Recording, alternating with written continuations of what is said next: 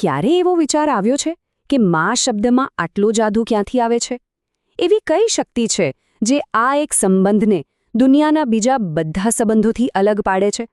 તો ચાલો આજે આપણે ગુજરાતી સાહિત્યના એક ખૂબ જ સુંદર નિબંધના આધારે માતૃત્વની આ અદ્ભુત દુનિયામાં સફર કરીએ.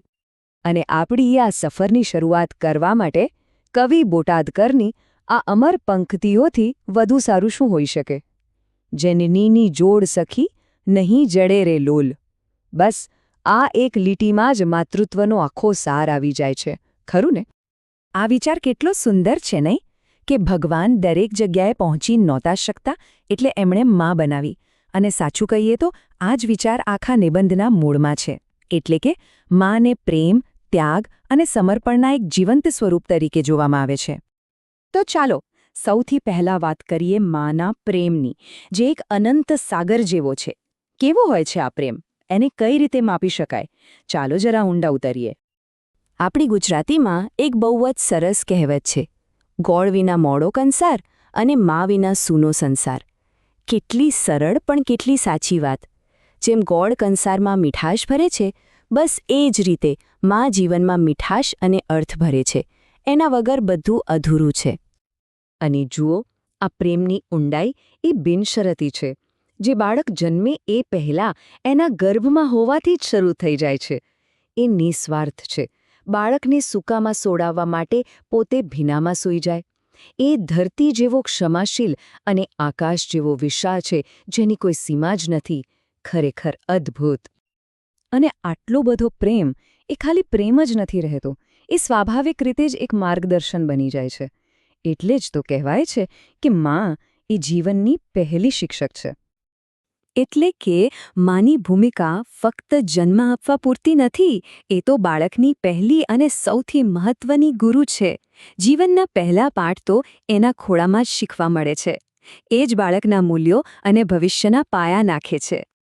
અને આ વાતના પુરાવા તો ઇતિહાસમાં ઠેર ઠેર જોવા મળે છે. જુઓ, જીજાબાઈએ વીર શિવાજીમાં હિંમત અને નેતૃત્વના ગુણોનું સિંચન કર્યું, તો પુતળીબાઈએ મહાત્મા ગાંધીજીને સત્યના માર્ગે ચાલવાની પ્રેરણા આપી. આ બતાવે છે કે એક માં આખી દુનિયા બદલવાની તાકાત હોય છે. પણ આ ગુરુની ભૂમિકા નિભાવવી એ સહેલી નથી. એની પાછળ હોય છે અતૂટ ત્યાગ અને સમર્પણ. તો ચાલો હવે માના ત્યાગની મૂર્તિના આ પાસાને સમજીએ. એક માં માટે એનું આખું જીવન એના બાળકોની આસપાસ જ ફરે છે. એની ખુશી એના બાળકોની ખુશીમાં જ હોય છે. પોતાની જરૂરિયાતો અને ઈચ્છાઓને બાજુ પર મૂકીને બાળકોનું ભલું કરવું એ જ એના જીવનનું એકમાત્ર લક્ષ્ય બની જાય છે. અને એટલે જ કહેવાયું છે કે જ્યારે આખી દુનિયા સાથ છોડી દે ને, ત્યારે પણ માનો હાથ અને એના આશીર્વાદ હંમેશા બાળકના માથા પર રહે છે. આ એક એવો અતૂટ સહારો છે, એક એવો આધાર સ્તંભ છે, જે ગમે તેવી મુશ્કેલીમાં પણ તાકાત આપે છે. તો આપણે પ્રેમની વાત કરી, માર્ગદર્શનની વાત કરી અને ત્યાગની પણ વાત કરી. તો હવે આ બધી વાતોનો સાર શું છે? આ નિબંધ આપણને કયા અંતિમ નિષ્કર્ષ પર લઈ જાય છે? ચાલો સમજીએ. આટલું પ્રેમ, આટલું સમર્પણ, આટલું ત્યાગ, આ બધું જોયા પછી એક સવાલ મનમાં ચોક્કસ આવે કે કોઈ પોતાની માનું ઋણ કઈ રીતે ચૂકવી શકે? આ એવો સવાલ છે જે સદીઓથી પૂછાતો આવ્યો છે, અને એનો જવાબ એટલો સહેલો નથી.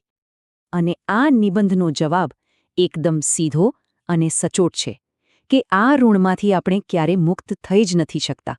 આ એક એવું ઋણ છે જે ક્યારેય પૂરેપૂરું ચૂકવી શકાતું નથી, કારણ કે આ કોઈ લેવડ-દેવડનો સંબંધ નથી. આ તો એક એવી અમૂલ્ય ભેટ છે જેનું કોઈ મૂલ્ય જ ન હોઈ શકે.